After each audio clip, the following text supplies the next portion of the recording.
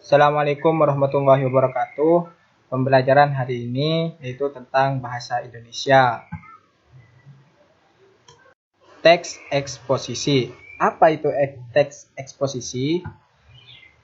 Teks eksposisi adalah teks yang bertujuan memaparkan informasi kepada pembaca atau pendengar. Struktur eksposisi itu ada 3. Yang pertama, pernyataan, pendapat, atau tesis, yaitu bagian pembuka teks yang berisi pendapat tentang topik yang dibahas.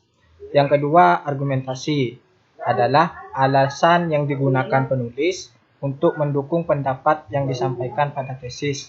Dan yang terakhir, penegasan ulang pendapat, adalah bagian terakhir teks yang berisi pernyataan ulang yang telah disampaikan atau pernyataan penegas. Itu jenis-jenis teks eksposisi. Yang pertama, eksposisi definisi merupakan jenis teks yang menjelaskan objek. Yang kedua, eksposisi analisis klasifikasi merupakan jenis teks yang memecahkan suatu pokok masalah dengan mengklasifikasikan pokok masalah. Yang ketiga, analisis data merupakan teks yang menguraikan atau menjelaskan mengenai cara kerja objek. Yang keempat, eksposisi ilustrasi merupakan gagasan utama teks dengan cara mengilustrasinya dengan hal lain yang memiliki kesamaan. Yang kelima, eksposisi pertimbangan merupakan teks yang memaparkan pertimbangan terhadap suatu objek.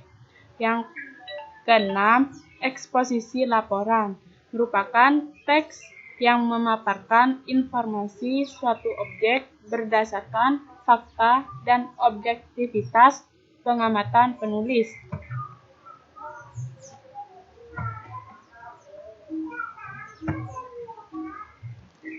Yaitu tentang kaidah kebahasaan teks eksposisi.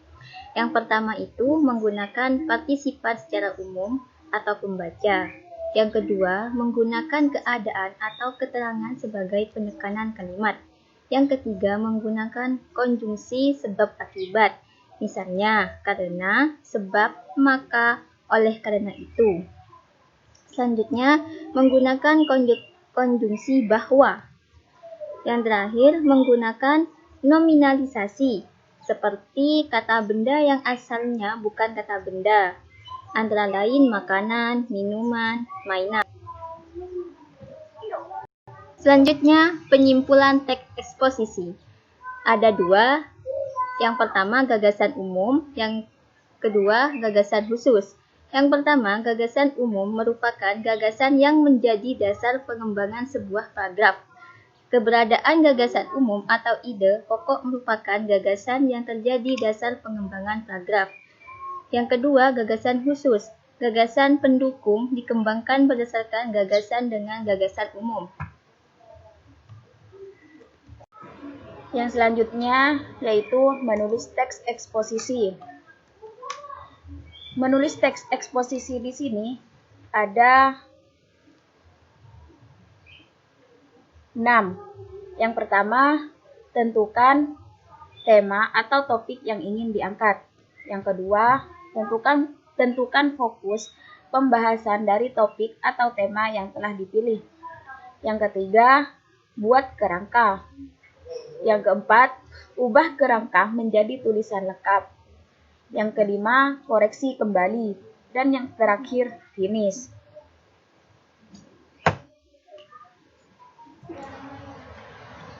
Mungkin hanya itu materi yang dapat kami sampaikan. Kurang lebihnya mohon maaf. Wassalamualaikum warahmatullahi wabarakatuh.